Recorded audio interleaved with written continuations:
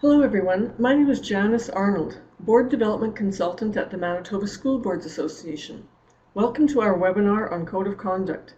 The original air date of this webinar was in October 2013, and this version is being recorded without a live audience. Therefore, the questions asked by participants at the end of the original webinar are unavailable. I'm going to switch over to the next screen, which contains a number of questions that are shown usually in a live webinar. These questions are often just included as a quick picture and to help steer conversation. But let's get started now into our presentation on Code of Conduct and a review. This is actually the first in a two-part series. The first part is on School Board's Code of Conduct, and the second part in a separate webinar is on conflict of interest policies. They are related, but we're going to be looking at them separately for now. The Manitoba School Boards Association the Public Schools Act changed in 2012, and it was mandated that the Manitoba schools adopt a Code of Conduct for trustees. In this webinar, we're going to walk you through some of those steps that can be used in the review of your own code. We'll be reviewing some of the legal requirements and making sure that you've covered all bases. We'll also look at how to move forward. If you're only implementing the very basics, you might want to look at more.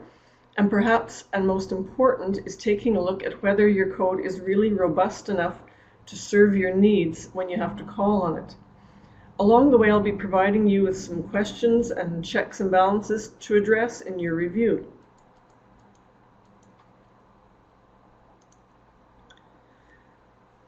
So, in short, the PSA is, this section is covered in Section 35 for the code, and the government added legislation around the code for trustees.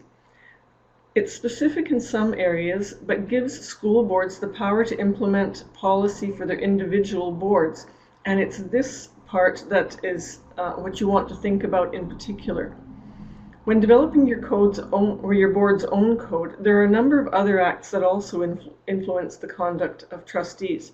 They're federal and provincial statutes which trump school board policy, even if not specific to school boards. These can include workplace safety and health, and that takes into consideration harassment, the Canadian Human Rights Act, the Labor Relations Act, and there are others. And you can look at those if need be. So in June 2012, the Manitoba government established legislation obligating school boards to implement a code of conduct. There were some minimum requirements, and they said, act with integrity and in a manner that maintains the dignity of the office, respect others who may have differing opinions, and keep in confidence any personal or confidential information, and not disclose the information except when required by law or authorized by your own school board. Of note are that these are only minimum requirements and should be used as a guide. Left only to this, however, I'm not sure that your code would be entirely workable. So the first thing you may want to do is to take a look at your code and assess whether you've implemented something more than just the minimum, and perhaps how workable that is. Ask yourself if the policy is useful. Since the legislation was changed, many schools have adopted policy around the mandated directive, and it may be a code of conduct, code of ethics, conflict of interest policy, or a statement of integrity. There's lots of different terminology being used. However, or hopefully your board hasn't had to actually test any of these. If you have, however, it's a good time then after the fact to step back and assess how well that really worked for your board. And if you feel comfortable with it, I would love to hear from you, and we can take a look at how it's working out in Manitoba, and perhaps we can all learn from that.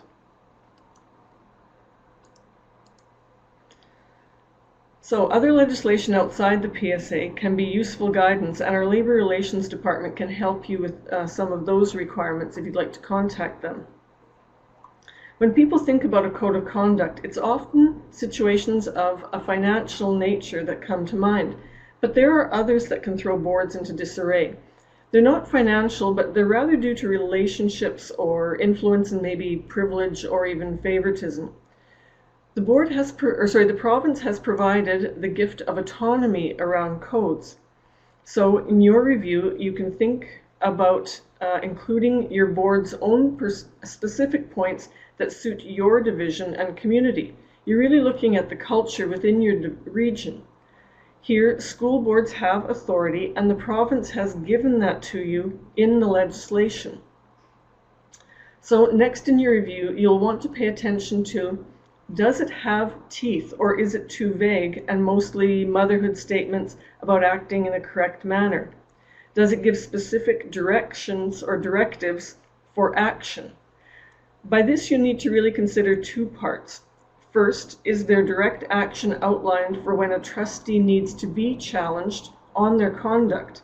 But second, is there language around the action a trustee can take to appeal a challenge? So you're looking for language around both challenges and appeals. Third, how open is your code to interpretation? So think about the language that is used, and here is an active part of the review. Take a look at sections and ask trustees around the table how they would interpret that part. You might find that some allow for a lot more leeway in conduct than others. So let me give you an example. If your code says something like trustees must behave in a manner respectful toward other trustees, or behavior befitting that of a trustee, if your code doesn't elaborate on what a respectful manner looks like, or what behavior befitting a trustee looks like, then you need to have a discussion around that and make sure that there's a thorough understanding of these statements. Now, when talking about a review, I will suggest that there needs to be a discussion around your code on a regular basis, perhaps an annual basis. And you're looking at words like respectful and defining that perhaps from year to year. If someone were to say, oh, that's a really stupid decision, is that just being assertive, or do some people review that as disrespectful? And profanity, what does that actually include? So you might want those things to change as time goes on, and without a thorough understanding by all, you risk really tying up precious time debating nuance, and it will be done in the heat of the moment and when emotions are high around a particular issue.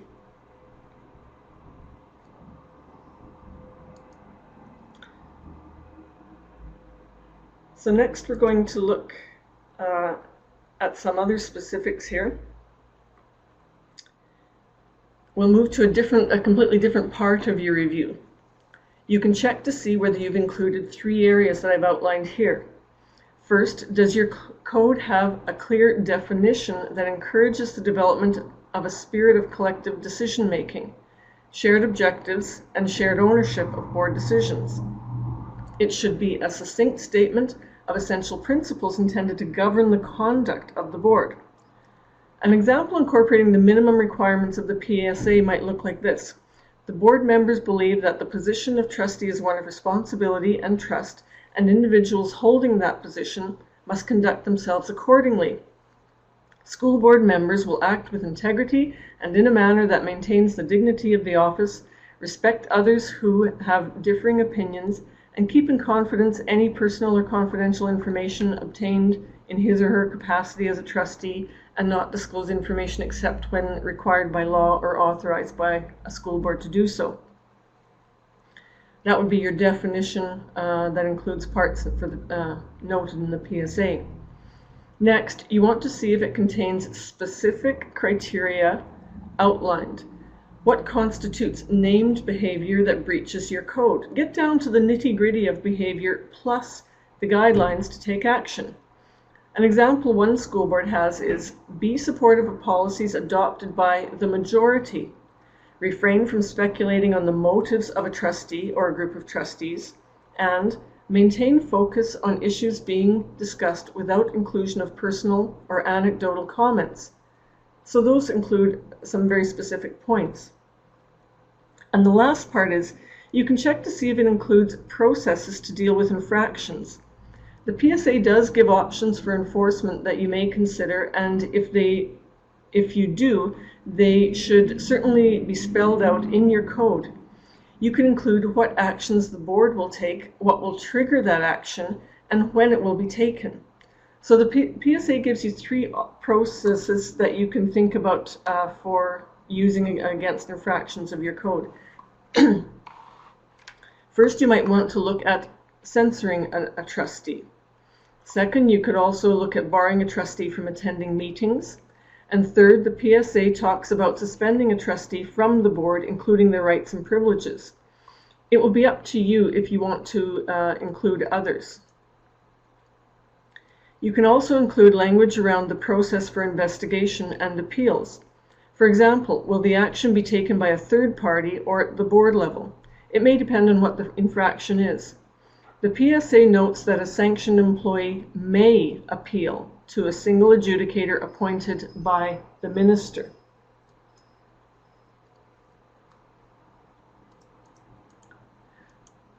So now we've looked at some things for you to review, some checks and balances that are covered in the requirements in the PSA. I've also noted that there are federal, provincial, and local legislation to pay attention to, and you can consider including a clear definition, criteria, and processes. I've noted that these are mostly minimums, but government has given boards the authority for additional wording to apply directly to their board. So let's look at some other things for consideration. First, a board's authority rests with the corporate body, not with individual trustees. So take a look at who your spokesperson is and in what circumstances they are the spokesperson. You may want to include language around who your board spokespeople are, for which circumstances, and then it would be proper conduct if it wouldn't be proper conduct if a trustee is speaking out on their own accord and attributing those opinions or decisions to the board as a whole.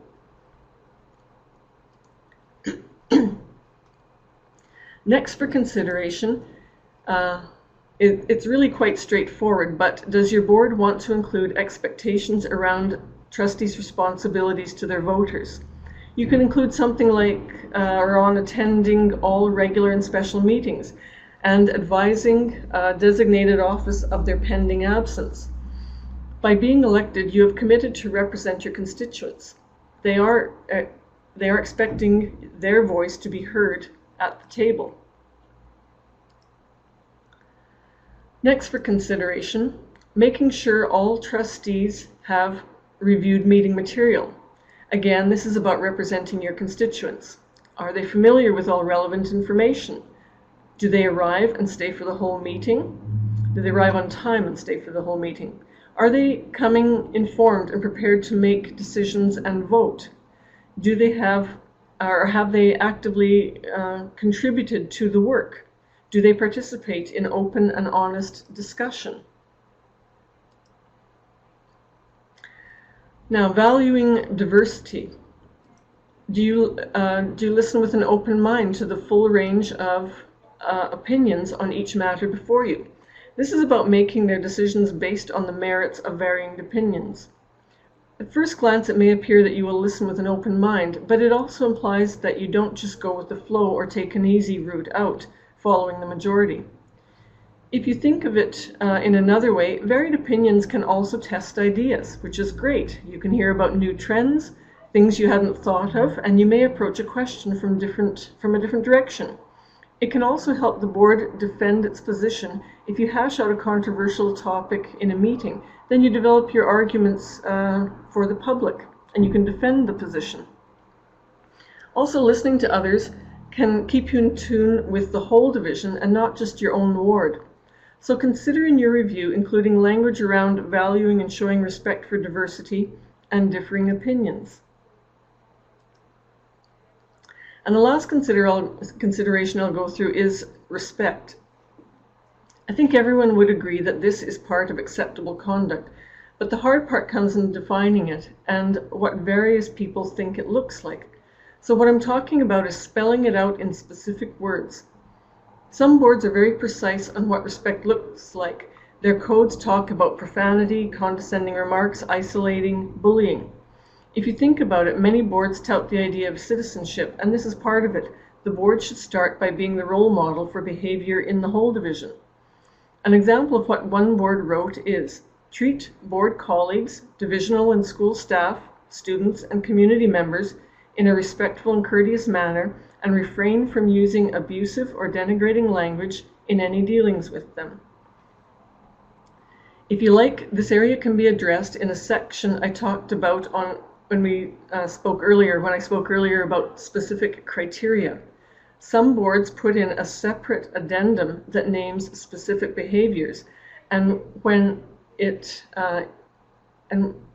comes to specifics, though, this is where an annual conversation, in particular with new trustees, is especially useful.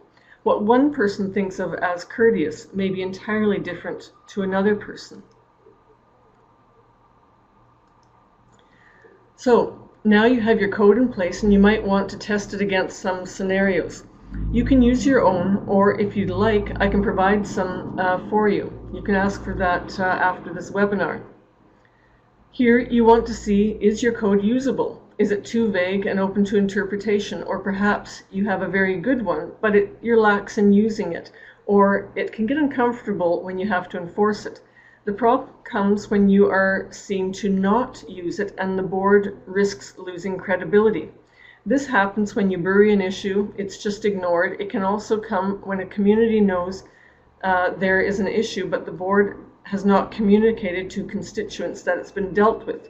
Or if the board is not transparent, they're too vague on actions they took. Certainly, you may not want to air all the details of an incident or how it was dealt with, but letting people know that it has been dealt with properly can diffuse a situation well. Now, perception is a powerful thing, and an incident can move the public's perception very quickly. Here's a short video clip showing you what I mean on how quickly things can be misunderstood.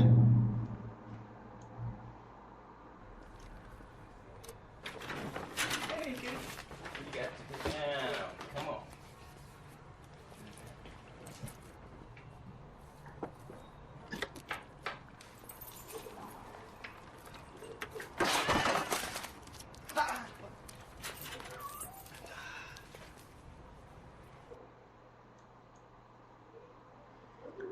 Okay, we'll leave it there.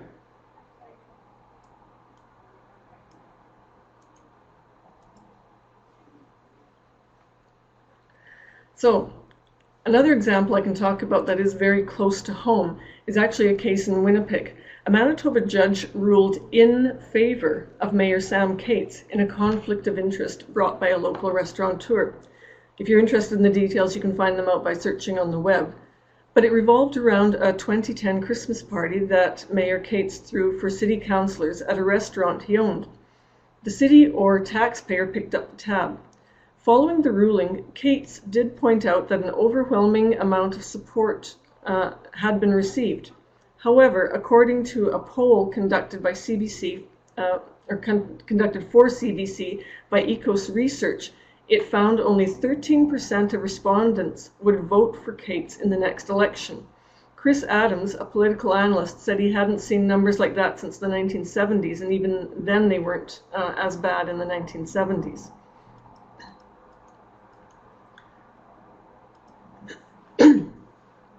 So, going back to the review, you can ask the following. Have you implemented a code that follows the legal requirements both in the PSA and otherwise? As noted earlier, the Labour Relations Department at the Manitoba School Boards Association can help you make sure that you're on track. Have you developed the code in such a way that it's usable, it's not too vague and open to interpretation, and if the need arises, you can employ the code as it was meant to be used? Because if you haven't covered all bases, you could risk a situation where if you don't use it, you could lose it. In the absence of this or using it, the province can actually impose one. They did with the Students' Code of Conduct. And if they do, will it serve your own division the way you want it to? It might be better the devil you know than the one that you don't know, or better the policy that you have control over than the one imposed upon you. And it will likely help you maintain local autonomy. Also, if you don't use it when you have issues, that are creating problems, you risk losing credibility within the community, or worse, losing the privilege of setting your own policies in other areas, and have the government then step in. Another good reason is if it's just good practice to have your house in order, having a good code of conduct.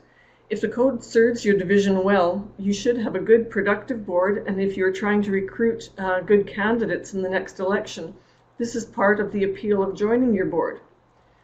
If you play that out into the future, think about the political repercussions in the next election, as noted, for example, with the story on Sam Cates.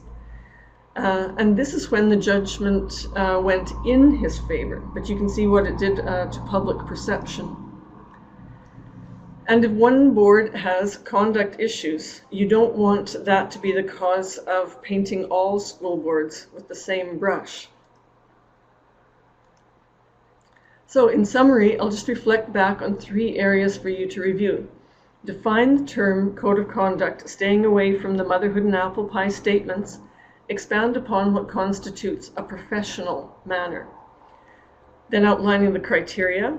Note clear behavior and guidelines. Consider adding that addendum that names the pounding of the table, disrupting meetings, belittling or sidebar conversations, publicly discussing issues meant only for the board table, or speaking alone as representing the entire board. Make the code usable and allow the board to take action. Don't risk debating everything in the heat of the moment.